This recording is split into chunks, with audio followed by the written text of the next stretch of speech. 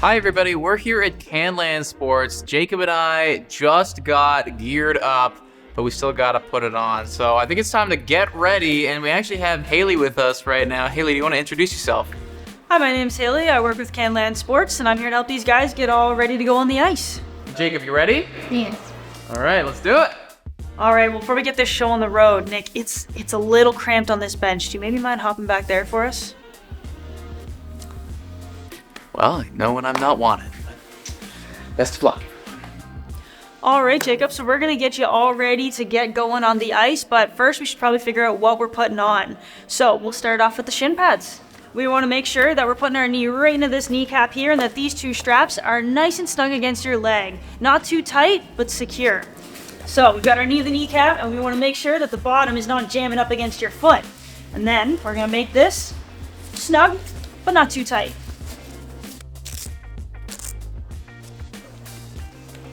All right, let's check your work here. Bend your leg down for me. Ah, beauty. So we've done our shin pads, so now it's time to put our socks on over those. So we want to make sure we're getting our feet in there and it's sliding right up over your shin pad. And voila, pretty easy. So why don't you show me how it's done now?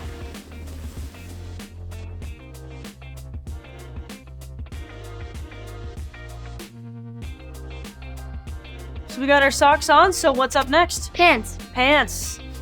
We're gonna step in one leg at a time like we would regular everyday pants. Slide that on up, and then we wanna make sure that right here around the waist gets cinched nice and tight. And basically that's about it. You know, we wanna make sure that all the padding down here doesn't get rotated around. So what do we do next? Skates. Skates. Let's go. All right, so we've got our pants on, so now it's time to put our skates on. These ones are sharp, I'm gonna guard myself. We're gonna put our foot in there, and then we wanna make sure that once our foot's in there, that we're kicking our heel nice and hard back to lock ourselves in that heel pocket. It's gonna allow for a good amount of security in the skate.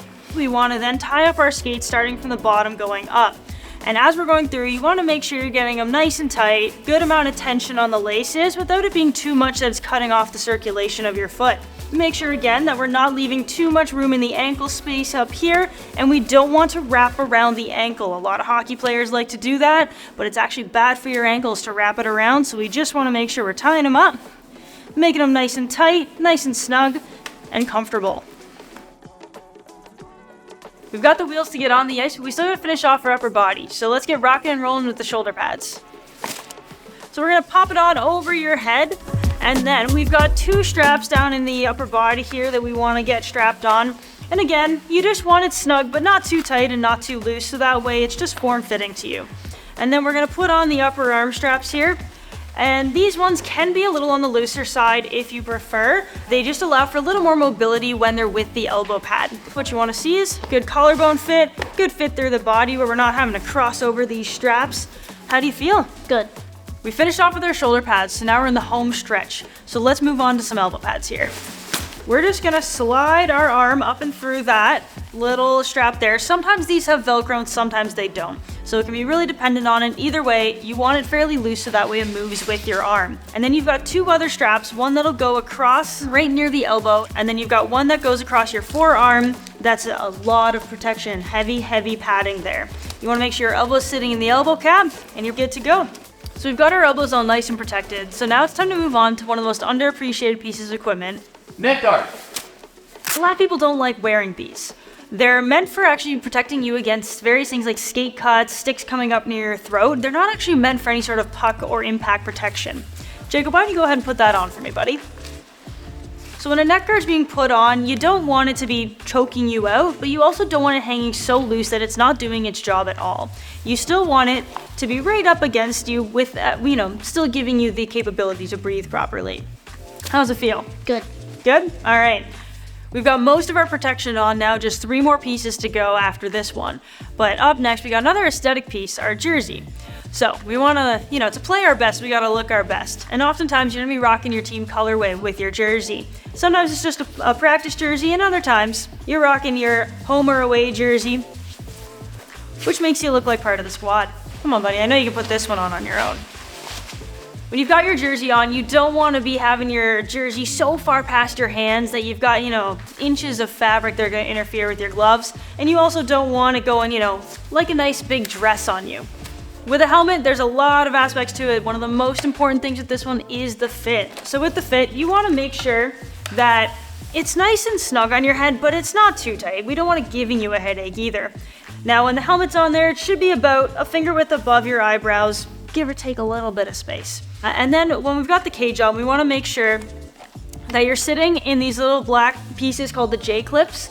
You don't want the cage being able to ride up further into your face. So it's very important that you don't overhang your helmet and allow for any space there, because that is an injury that's going to hurt.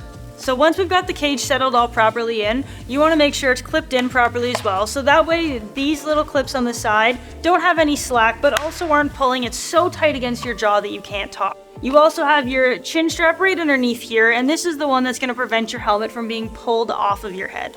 Now that one doesn't happen too often, but you still want to keep your helmet nice and secure. If it's not much to do, you may as well do it. So up next, we got our gloves. Not too much to say about gloves. Jacob, if you don't mind actually just putting them right on for me. They're pretty easy. You want a finger in each finger hole, same as when you're putting on your winter mittens. One thing you want to make sure of is that they're not too big. You don't want the gloves coming halfway down your arm, and you don't want your fingers drowning in them, but you also don't want them poking a hole out the far side.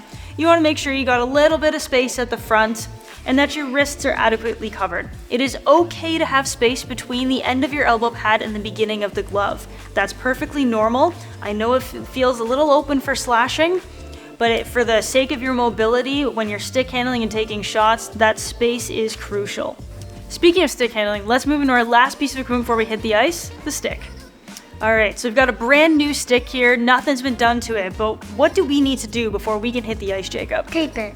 Alright, so let me show you how to tape it. How about I show you how to tape it? Alright there, big man. Show me how it's done. There are many different ways to tape a stick, and it really all comes down to personal preference. There's two main reasons that we tape the blade of our stick. The first one is wear and tear, and the second one is to increase the grip on the puck. The other part of our stick that you're going to tape is the knob of your stick. And two reasons that we do that is for the grip in your hands, but also so that knob doesn't go through another player's helmet, or even your own. So there we have it, we got all our equipment on. What's the next step, Jacob? Go on the ice. Let's go. Finally, been waiting on you guys.